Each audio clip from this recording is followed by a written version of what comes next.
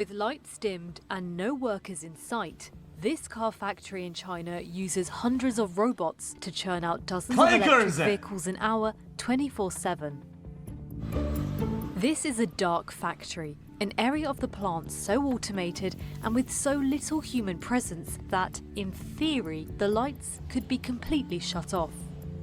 Factories like this one are part of China's bid to use hyper-automation to dominate the electric vehicle or EV market. But the furious trade war between Washington and Beijing raises a key question. Who is going to buy all these new cars? China. What? For decades, the abundance of cheap labor explained why China was seen as the world's factory floor. Your product is king.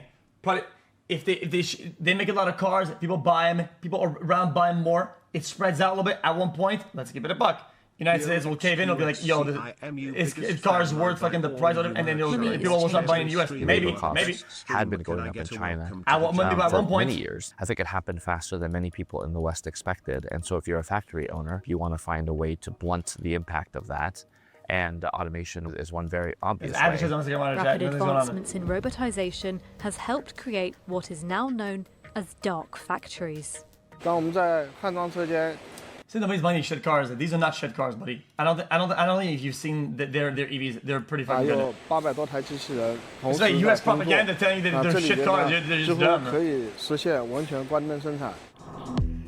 This is Zeekr, a Chinese luxury EV maker founded in 2021, whose cars cost up to $125,000 apiece. In its flagship factory in northeastern China, the automaker can already produce up to 300,000 cars a year, or more than 800 cars a day.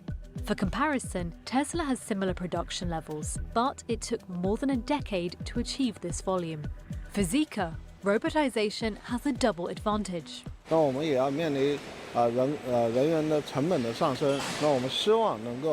Yo, this is like, nah, wait. We gotta pay these guys more? Fuck it, we're gonna pay nobody. 500.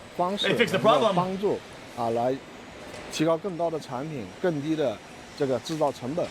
Some tasks still require a human touch, such as the meticulous assembly of the cables that run throughout the car. Workers also go into the factories to perform tasks like robot maintenance. The company's ambition is to keep automating, to deliver its cars to customers even faster. In China, Zeekr is not an outlier in automation. Yo, these look pretty fucking good. According to the International Federation of Robotics, in 2023, every other industrial robot installed in the world happened in China. The country's levels of robotization have grown sevenfold since 2015, when President Xi Jinping introduced a Made in China 2025 initiative to transform its image from the world's factory into an innovative manufacturing powerhouse.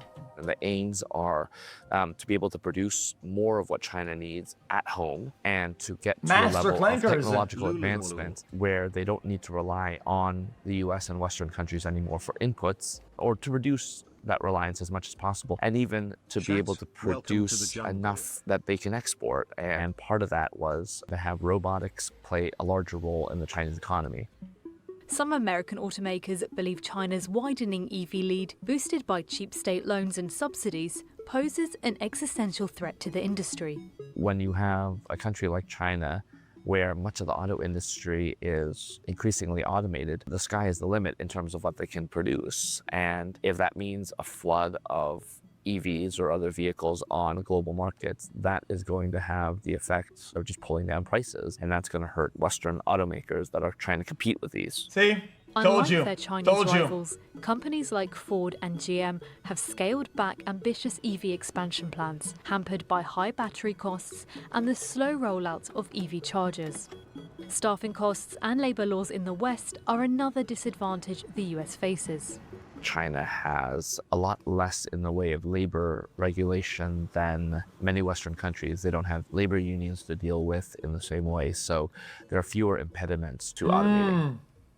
But China's EV landscape is a crowded space, and fast robotization makes this competition even tighter. Chinese companies already turn out more EVs than all other car makers in the world combined.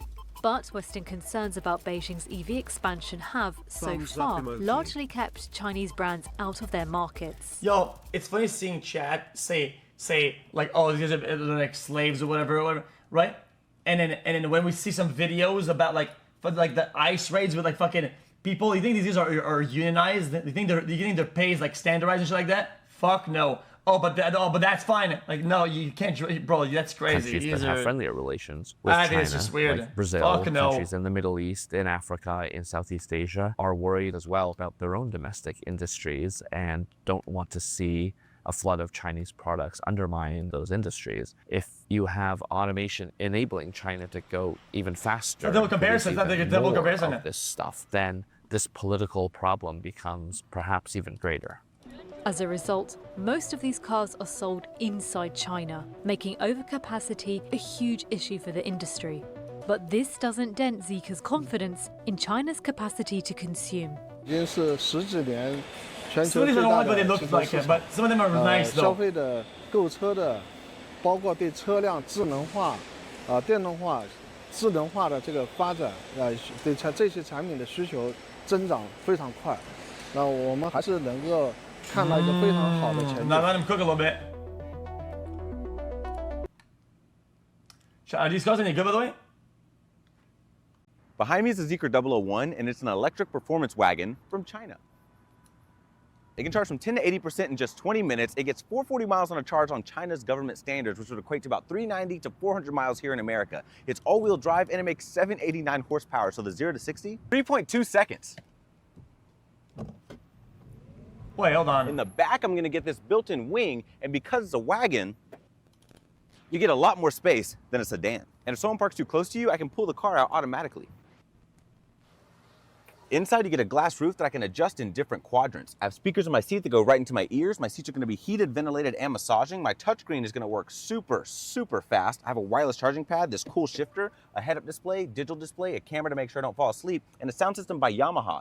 You know, the same company that makes guitars, pianos, and help tune the LFA. And it has built-in AI. I can just look at a door, say close it, and it'll know which one I'm talking about. 关门.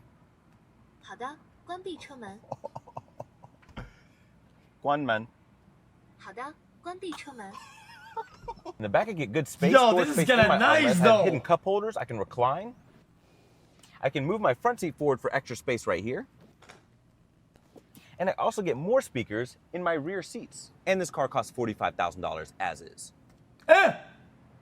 Behind me is the Zeekr 001, and I mean, not bad, chat. No? Chat, I feel this is kind of cooking. This is the fall of the West. Chat, this actually might be the fall of the West.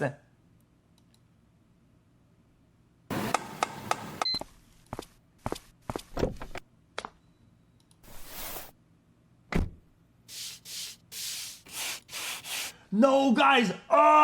Guys, you have to buy gas-guzzling, American-made, overpriced scumlord shit. Please, buy the new Ford F1 2000. Please. Like, come on, man. Dude, please.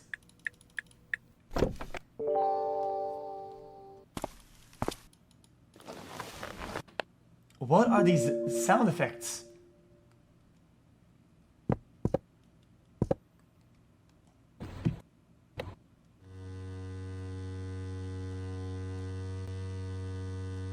Wait, hold on.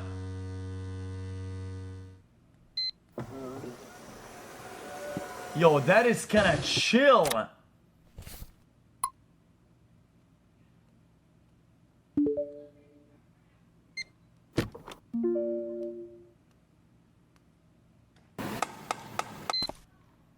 Not bad.